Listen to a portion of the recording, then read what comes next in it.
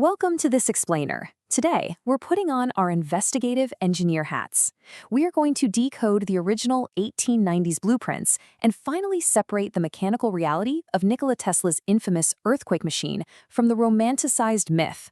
To do this, we're going to look strictly at the hard thermodynamic physics, the historical patents, and the actual empirical evidence.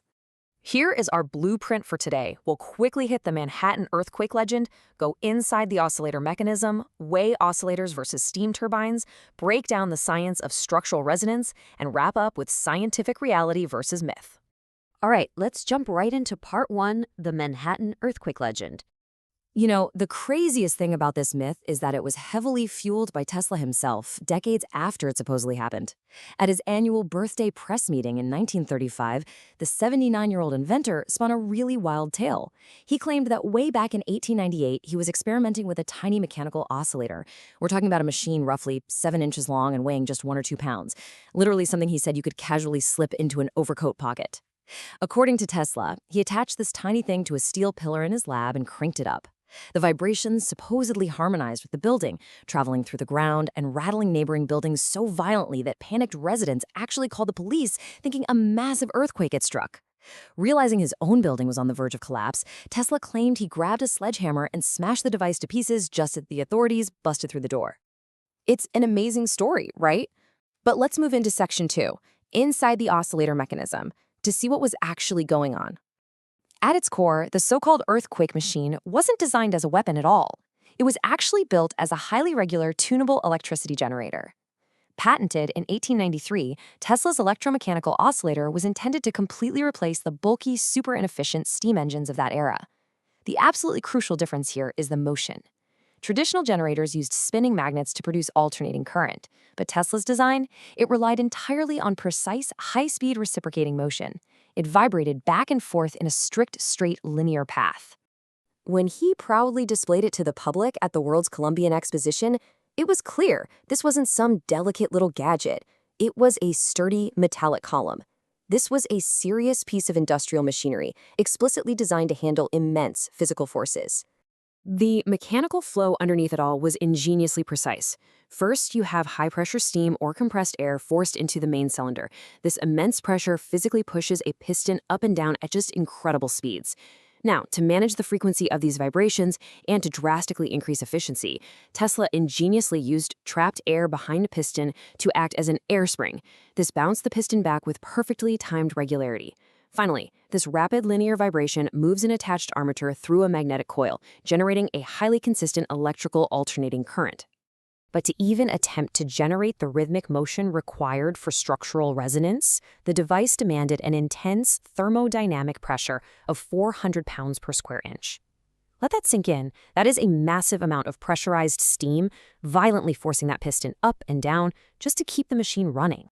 On top of that, the entire system had to withstand operating temperatures exceeding 200 degrees Celsius. This really highlights the intense industrial engineering realities behind a machine he later claimed you could just slip into an overcoat pocket. As a slightly surprising yet fully verified historical side note, the vibrations from these machines in his lab were so intense that they supposedly had a physiological effect on people standing nearby. It acted as an immediate laxative, literally sending visitors running for the bathroom. Okay, let's look at section 3, oscillators versus steam turbines. If this was such a game changer, why aren't we using them today? Well, it came down to a battle of fundamental mechanics. As we know, Tesla's oscillator relied on that reciprocating, jarring, back-and-forth linear motion. But at the exact same time in the late 19th century, other engineers were perfecting the steam turbine. Steam turbines rely on continuous, highly efficient rotary motion. Think of wind smoothly spinning a pinwheel.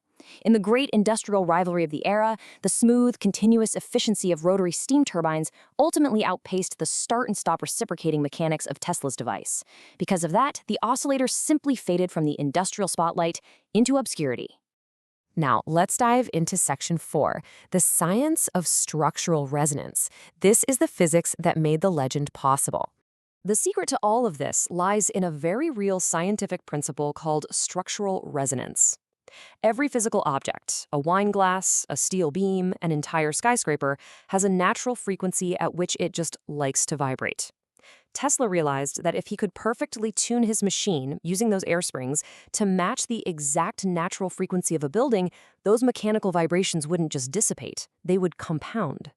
Each new vibration pushes the structure exactly when it's already swaying, amplifying the energy exponentially.